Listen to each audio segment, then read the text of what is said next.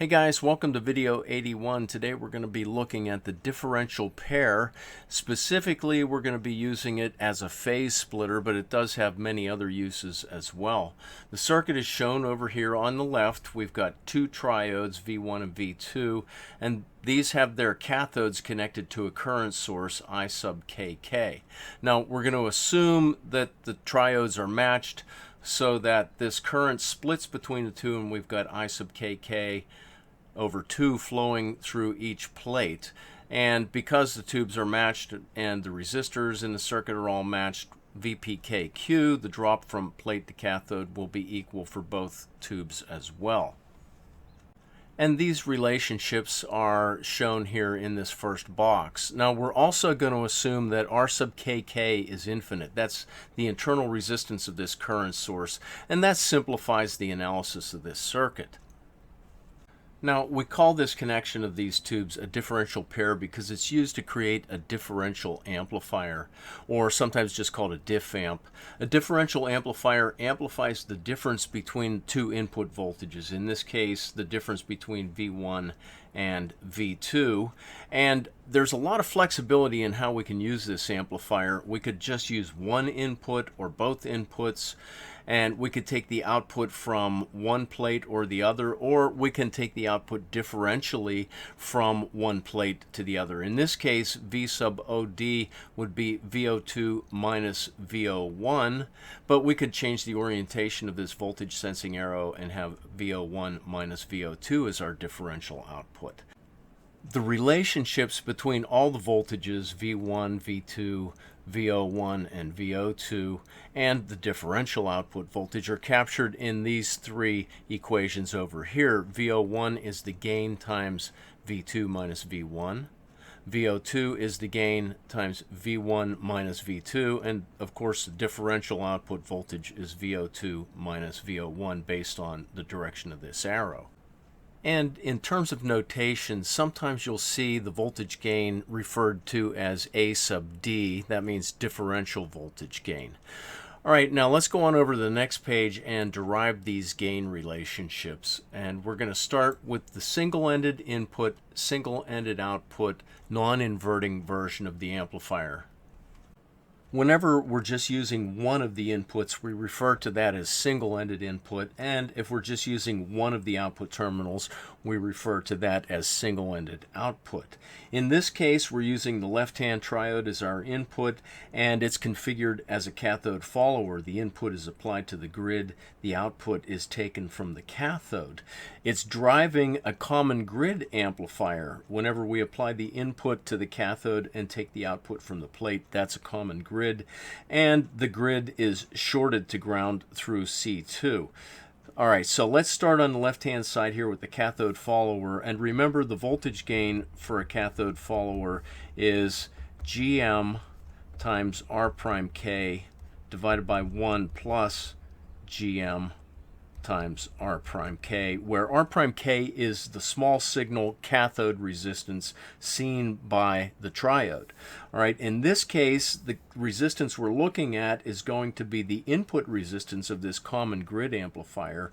And remember, whenever we're looking into the cathode of the tube, the resistance we see is approximately equal to 1 over GM. So for this circuit, because we've got infinite resistance down here, we're just looking into the cathode of V2. R prime K is equal to 1 over GM for the tube. Now, let's substitute this identity for R prime K back into our equation and see what we come up with. So we've got AV equals GM times 1 over GM divided by 1 plus GM times 1 over GM. We're going to get cancellation here and here, which leaves us the voltage gain is equal to 1 over 1 plus 1, or 1/2. So the gain of this first tube is 1/2.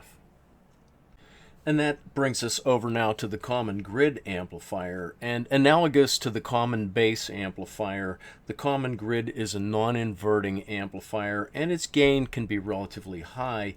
In this case, the gain of the common grid is AV equals GM times R prime P. And there's no negative sign, again, because it's a non-inverting amplifier. So the overall gain is going to be the gain of the first tube, 1/2 times the gain of the second.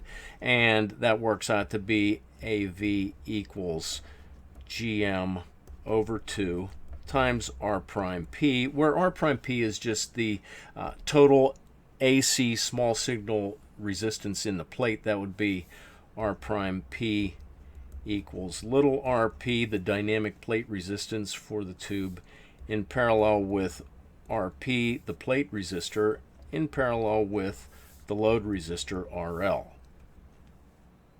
And let me pull up a nice version of this derivation. I know it's pretty simple, but what the heck, let's put a nice one in here anyway. And there you go.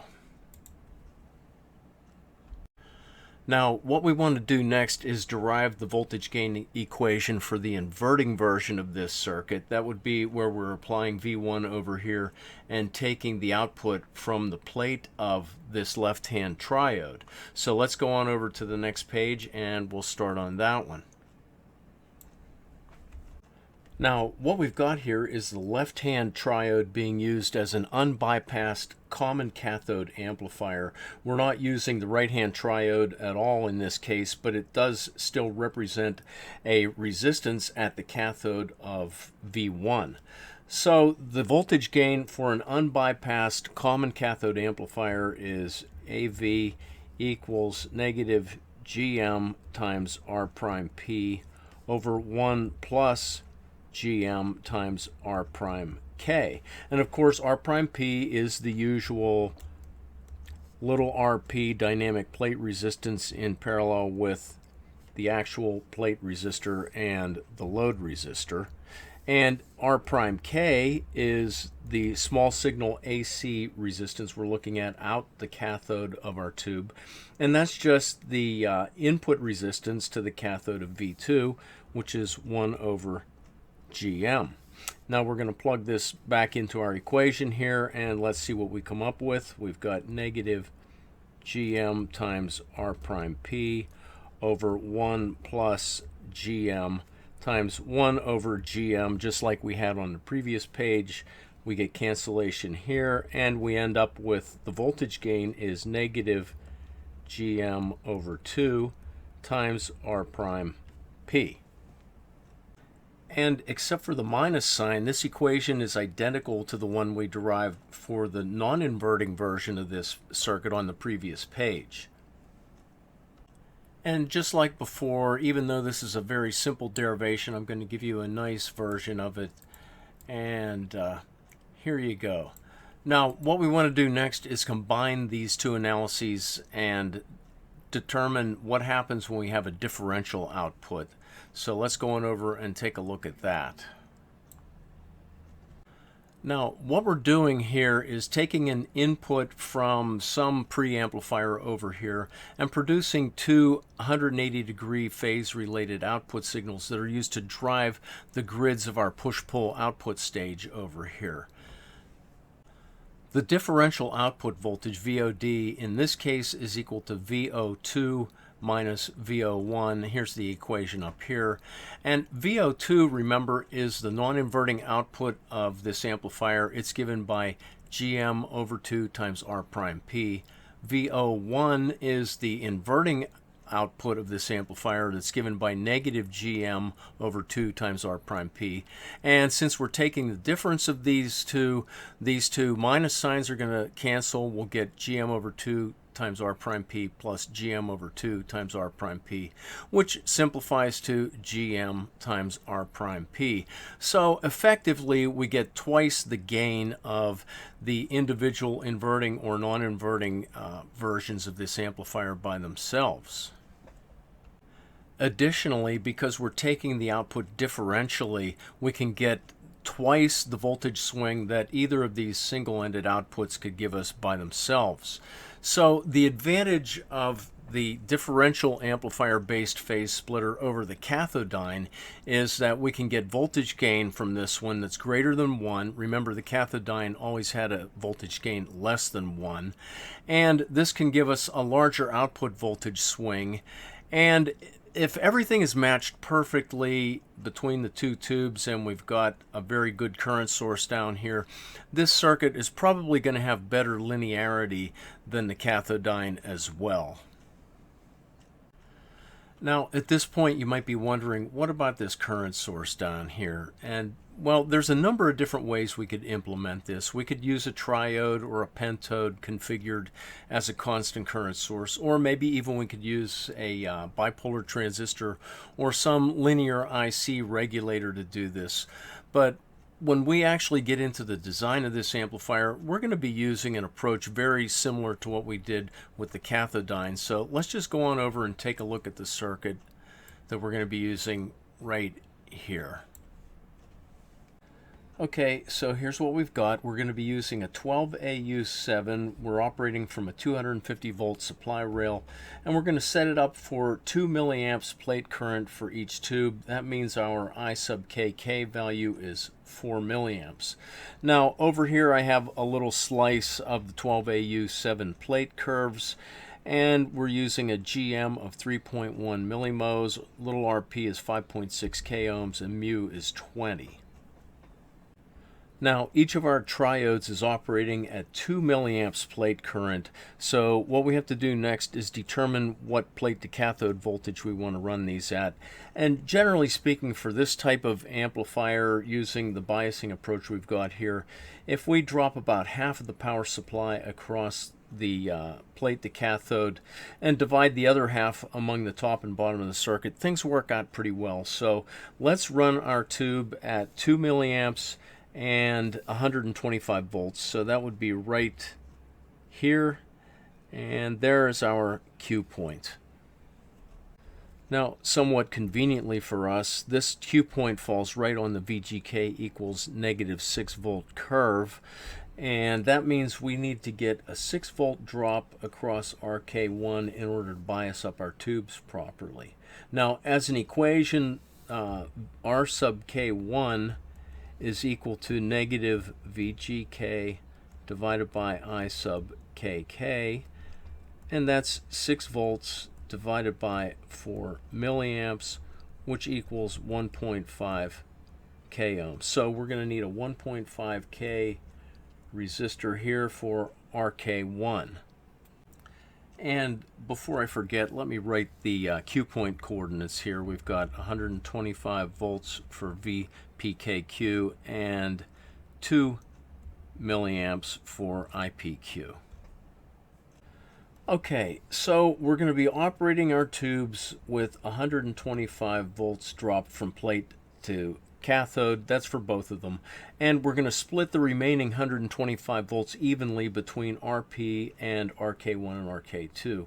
So 125 volts divided by 2 is 62.5 volts here. And we're going to drop a total of 62.5 volts across both of these. So that means RK2 has to drop 56.5 volts. All right, now we can determine the values for RP and RK2. RP equals 62.5 volts divided by the plate current 2 milliamps, and that works out to be 31.3 k ohms, and we're just going to use the closest standard value that'll work fine. It's 33 k, and R sub K2 is equal to 56.5 volts divided by I sub KK, 4 milliamps, and that works out to be 14.13 k ohms. And again, we can use the closest standard value, which would be 15 k ohms. All right, so let's write those down here. We've got 33 k ohms, 33 k ohms, and 15 k ohms. Now, what I'm going to do next is plot the DC load line for either of the tubes individually. And since I've got a VPK of 1/2 of VPP, I'm centered on the DC load line. So all I need to do is draw a line from 250 volts over to 2 times IPQ, 4 milliamps. That's right here. And it goes right through the Q point as we would expect it to. So let me write in this IP SAT value, and then we'll go on with our AC analysis.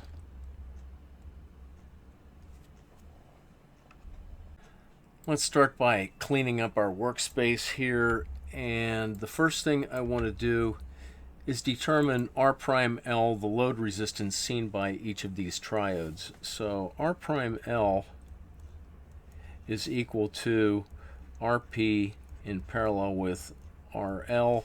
The load resistor seen by each one is the grid resistor from its associated side of the push-pull stage, and that's going to be 33K in parallel with 220K, and R prime L is 29 K ohms. All right, so each of these triodes is looking at a 29 K ohm external load. Next, let's find R prime P, the small signal plate resistance. That's going to be little rp in parallel with R prime L. And little rp is 6.5 K ohms. R prime L, 29 K ohms, and that works out to be 5.3 K ohms. What I think I'll do next is determine the voltage gain for each output of the circuit. VO1 is the inverting output, and the gain there we'll call AV1 is equal to negative GM over 2 times R prime P. GM is 3.1 millimos, so negative 3.1 millimos divided by 2 times 5.3 K ohms gives us a voltage gain at VO1 of negative 8.2. Now AV2, the gain relative to VO2, is the non-inverting output. We know it's got the same equation except it doesn't have a minus sign, so the gain will be positive 8.2. But just to write it down, to be pedantic about it, I guess it's going to be GM over 2 times R prime P, so 3.1 millimos divided by 2 times 5.3 K ohms is positive 8.2. And if we wanted to, we could determine a differential gain on the output, say VO1 relative to VO2, and that would just be twice this, or 16.4. All right, let's clean up our workspace here, and next we'll determine the AC load line for each side of the amplifier, and that'll let us know what kind of output voltage swing we can expect to get. Now, one thing we need to know at this point is R prime K, and that is the external AC resistance seen looking out of either cathode. So if I'm over here on the left-hand side and I look out the cathode, disregarding the resistance down here at the bottom, we'll assume it's large enough to ignore. All we're going to see is the input resistance to the cathode of the right-hand triode, and that's going to be 1 over GM. So R prime K equals 1 over GM. That's 1 over 3.1 millimos, and that works out to be about 323 ohms. All right, we need to know that because the equation for IP SAT for the AC load line, for example, is IPQ plus VPKQ divided by R prime L plus R prime K. Now, in this case, it's not going to be that significant of a difference because R prime L, if you remember, is 29 K ohms, right? Let me write that here.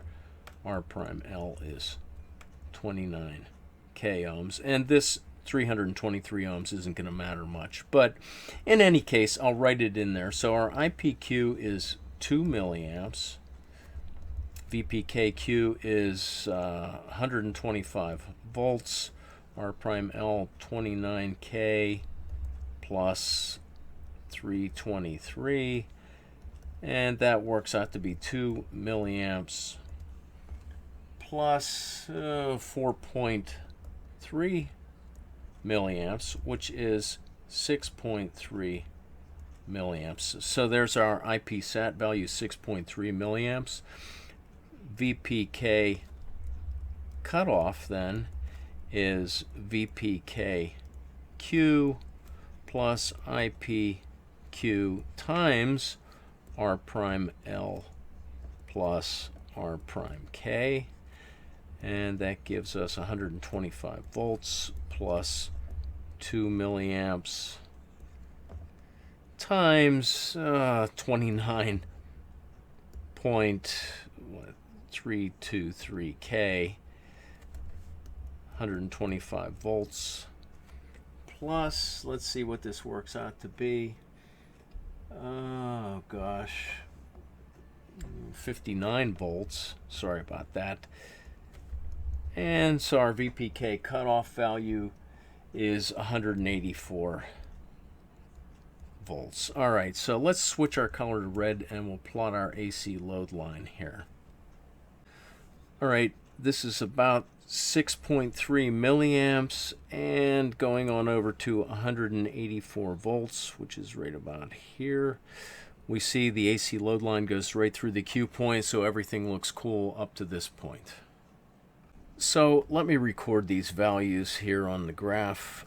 184 volts and 6.3 milliamps. And now let's determine our maximum output voltage swing in the positive direction. We're going from 125 volts at VPKQ up to 184. So that's a swing of 59 volts in the positive direction. In the negative going direction, we can move our Q point until we hit the VGK equals 0 volt curve. That's 50 volts, so we would call that VPK minimum. And the swing in this direction then is negative 75 volts. So we don't quite have a symmetrical clipping, but we're going to be able to reach 59 volts before clipping occurs, and that's pretty good, probably more than enough to drive any push-pull stage into clipping. And just to point it out in case it's not obvious, remember when the Q point of, say, the left-hand triode is moving to the left, the Q point of the right-hand triode is moving to the right, so we're going to have Q points moving in opposite directions on each signal swing, and that's why our differential output voltage can be so large. Now again, you guys know I love you, and I couldn't leave you with this horrible mess. So I'm going to take you over to the next page where I've consolidated all of this work into one nice, neat presentation, and here you go. Now, normally what I do at this point is build the circuit and compare the measured values with the theoretical calculations here, but I kind of fell behind schedule a little bit, and I'm also feeling a little bit lazy this week, so I'm gonna hold that off until the next video, so that'll give you something to look forward to for next week. And maybe in the meantime you could breadboard this yourself and see what kind of numbers you come up with. But either way, I'll show you the experimental results next time around, and I'll see you then.